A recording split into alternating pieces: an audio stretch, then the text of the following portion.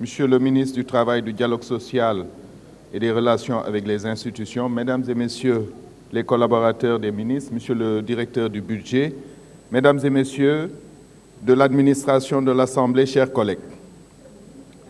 Monsieur le ministre, je profiterai de cette tribune pour faire une petite mise au point qui ne vous concerne pas forcément. Il ressort très souvent des interventions de certains collègues, des prises de parole portant à parler d'intérêts qui nous sont propres. Nous sommes tous des acteurs économiques dans la vie privée. Moi, je représente une entreprise qui débarque des milliers et des milliers de conteneurs par jour, par an, au niveau du port de Dakar. Il arrive que je rencontre des difficultés avec l'administration portuaire. Il arrive que je rencontre des difficultés avec l'administration douanière. Il ne me viendra jamais à l'esprit, en tant qu'acteur privé économique, de profiter de ma stature de député pour parler de mes propres problèmes privés. C'était une mise au point. Sur le volet pêche, Monsieur le ministre, l'une des premières leçons d'histoire que nous apprenons à l'école primaire, c'est que l'homme, à la préhistoire, vivait de chasse, de cueillette et de pêche. Nous avons pu remplacer la chasse par l'élevage. Nous avons pu remplacer la cueillette par l'agriculture.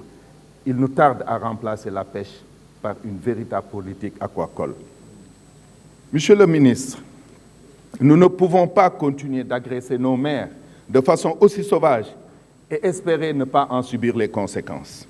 L'histoire de la pêche à l'échelle mondiale, c'est à la fois une histoire de succès avec des pics de 140 millions de tonnes par an, mais aussi une histoire d'un échec patent dû à une non-anticipation de la dégradation aujourd'hui avérée que nous vivons, avec des conséquences sur le capital écologique.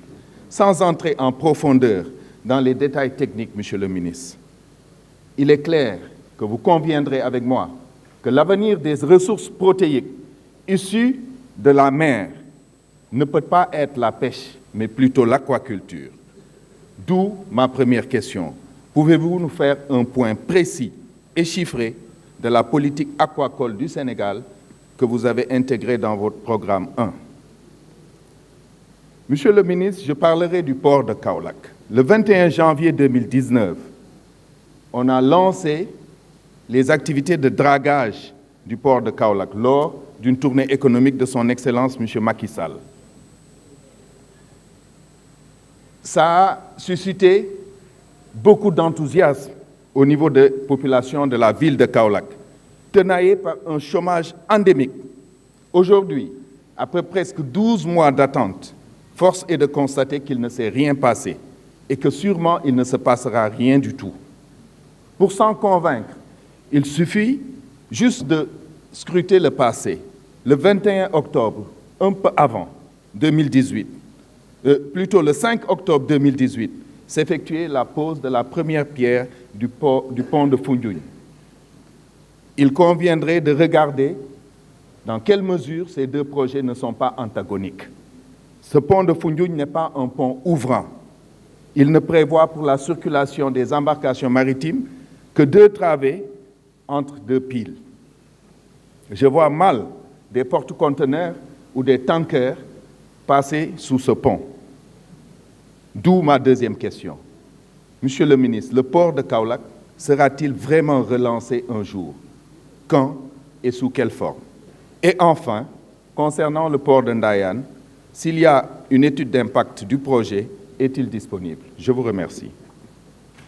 Merci, honorable. La parole est à l'honorable député, le président Seydou Diouf,